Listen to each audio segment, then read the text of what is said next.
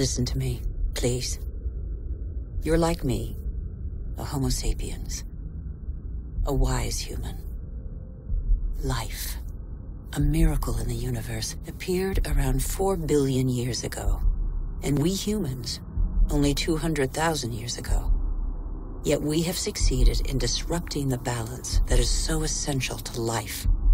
Listen carefully to this extraordinary story, which is yours, and decide what you want to do with it. Around the North Pole, the ice cap has lost 30% of its surface area in 30 years.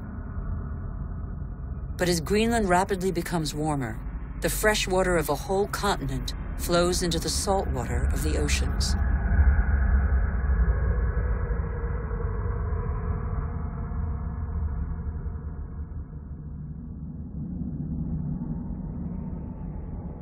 Greenland's ice contains 20% of the fresh water of the whole planet.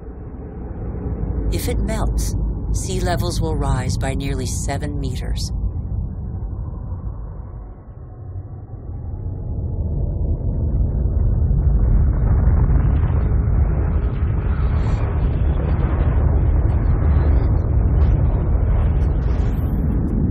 But there is no industry here.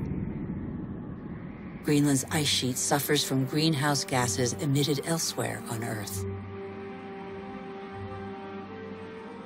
Our ecosystem doesn't have borders. Wherever we are, our actions have repercussions on the whole Earth.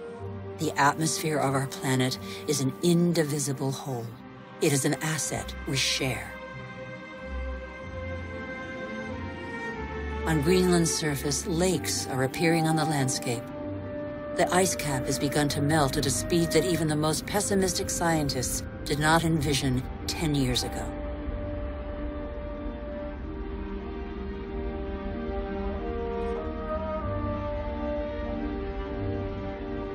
More and more of these glacier-fed rivers are merging together and burrowing through the surface.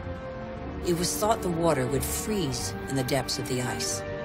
On the contrary, it flows under the ice, carrying the ice sheet into the sea, where it breaks into icebergs.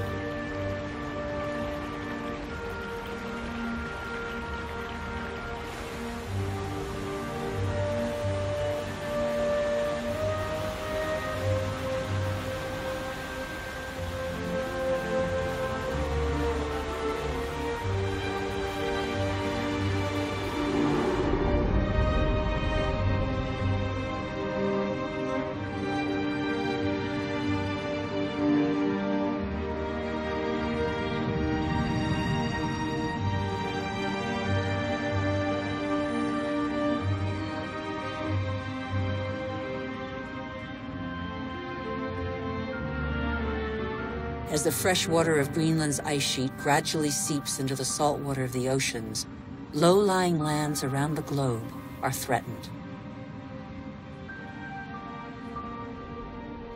Sea levels are rising, water expanding as it gets warmer, caused in the 20th century alone a rise of 20 centimeters. Everything becomes unstable. Coral reefs, for example, are extremely sensitive to the slightest change in water temperature. 30% have disappeared. They are an essential link in the chain of species.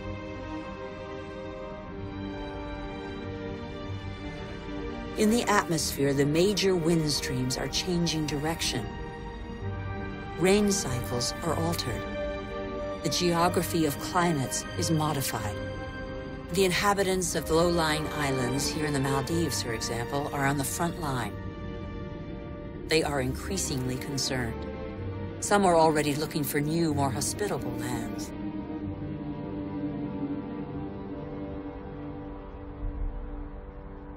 If sea levels continue to rise faster and faster, what will major cities like Tokyo, the world's most populous city, do?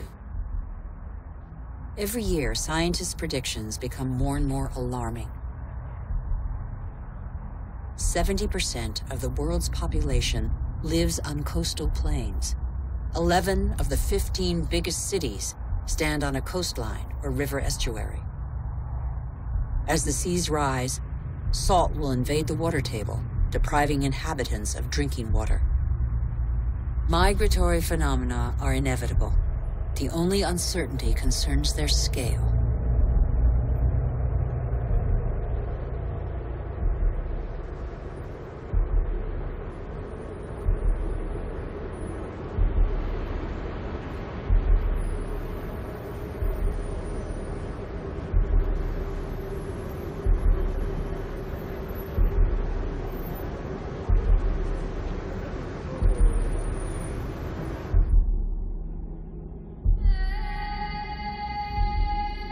In Africa, Mount Kilimanjaro is unrecognizable. 80% of its glaciers have disappeared. In summer, the rivers no longer flow. Local peoples are affected by the lack of water. Even on the world's highest peaks, in the heart of the Himalayas, eternal snows and glaciers are receding. Yet these glaciers play an essential role in the water cycle. They trap the water from the monsoons as ice and release it in the summer when the snow melts.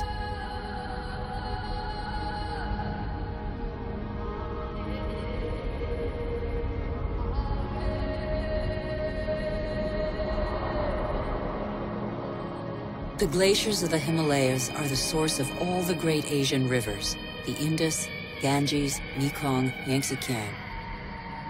2 billion people depend on them for drinking water and to irrigate their crops, as in Bangladesh. On the delta of the Ganges and Brahmaputra, Bangladesh is directly affected by the phenomena occurring in the Himalayas and at sea level. This is one of the most populous and poorest countries in the world. It is already hit by global warming. The combined impact of increasingly dramatic floods and hurricanes could make 1/3 of its landmass disappear. When populations are subjected to these devastating phenomena, they eventually move away.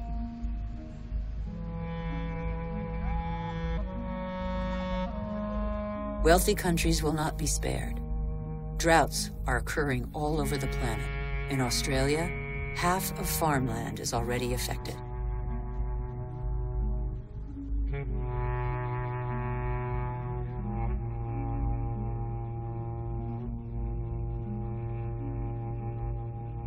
We are in the process of compromising the climactic balance that has allowed us to develop over 12,000 years.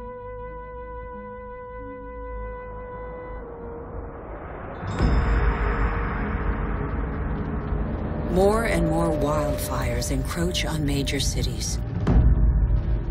In turn, they exacerbate global warming. As the trees burn, they release carbon dioxide. The system that controls our climate has been severely disrupted. The elements on which it relies have been disrupted.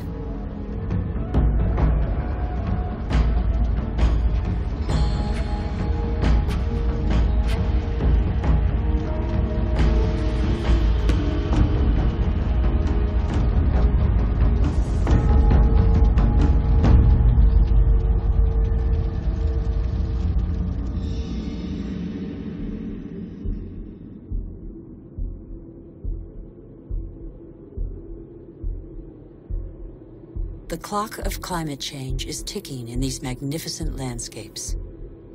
Here in Siberia and elsewhere across the globe, it is so cold that the ground is constantly frozen. It's known as permafrost. Under its surface lies a climactic time bomb. Methane, a greenhouse gas 20 times more powerful than carbon dioxide.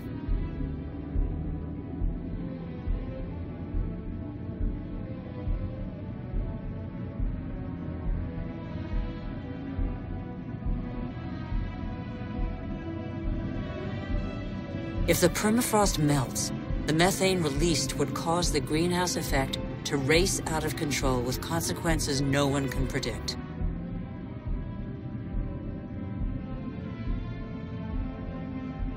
We would literally be in unknown territory.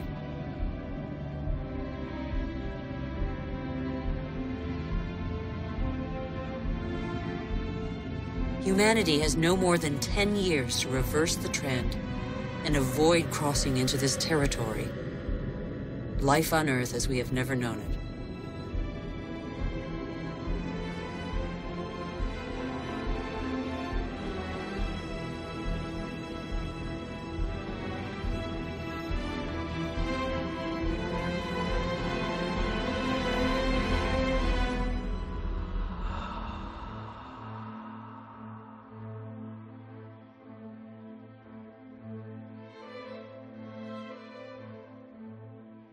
We have created phenomena we cannot control.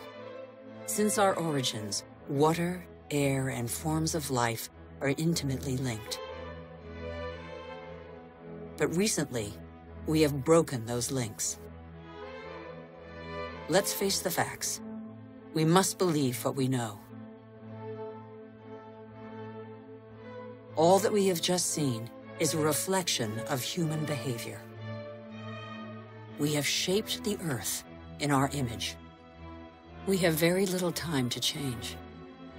How can this century carry the burden of 9 billion human beings if we refuse to be called to account for everything we alone have done?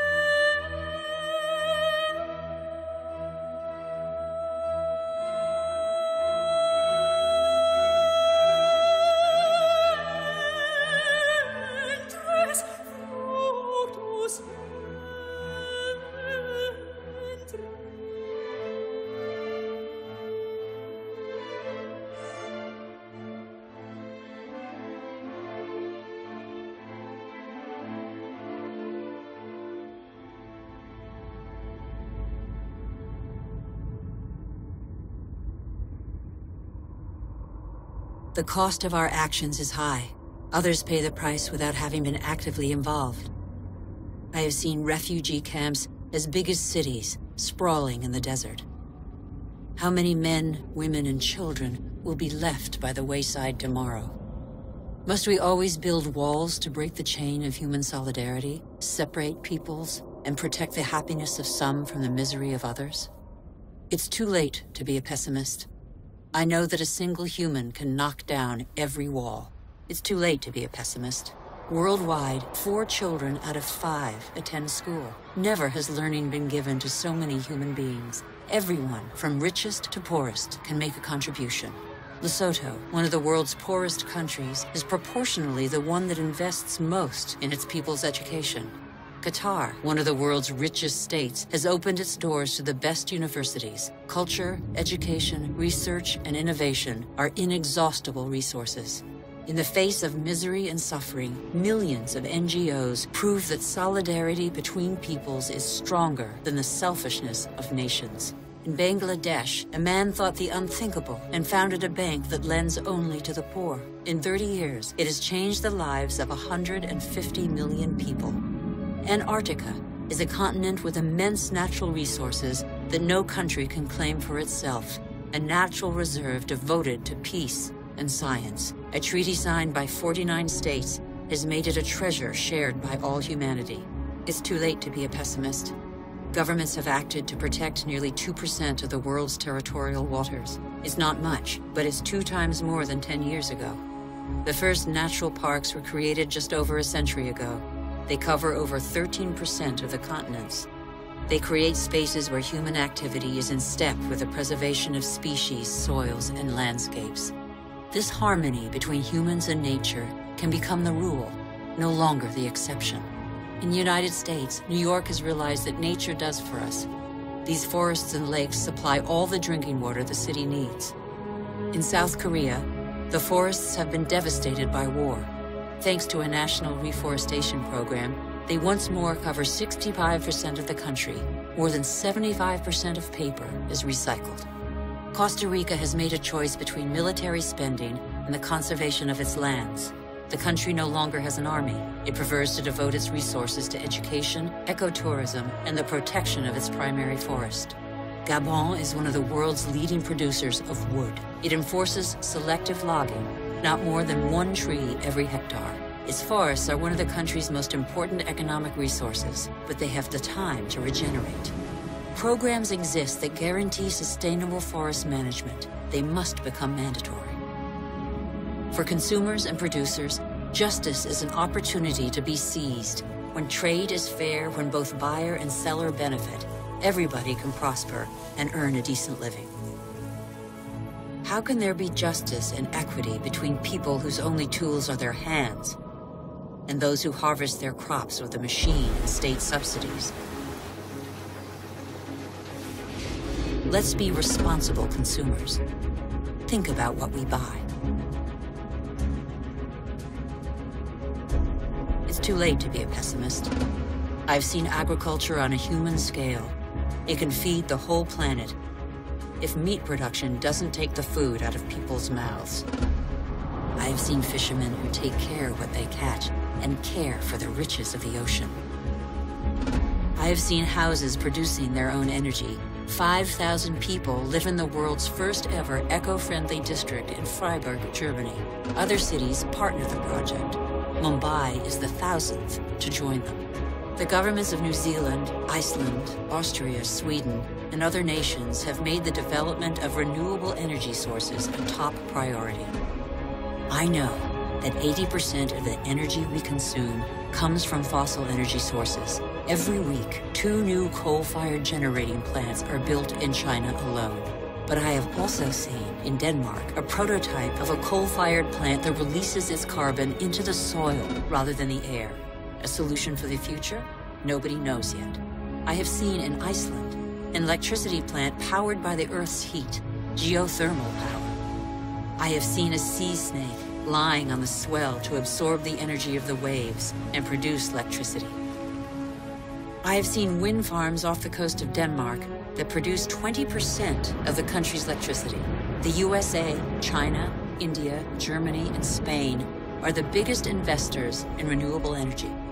They have already created over 2.5 million jobs. Where on earth doesn't the wind blow? I have seen desert expanses baking in the sun. Everything on Earth is linked, and the Earth is linked to the sun, its original energy source. Can humans not imitate plants and capture its energy? In 1 hour, the sun gives the Earth the same amount of energy as that consumed by all humanity in 1 year. As long as the Earth exists, the sun's energy will be inexhaustible. All we have to do is stop drilling the Earth and start looking to the sky. All we have to do is learn to cultivate the sun. All these experiments are only examples, but they testify to a new awareness. They lay down markers for a new human adventure based on moderation, intelligence, and sharing.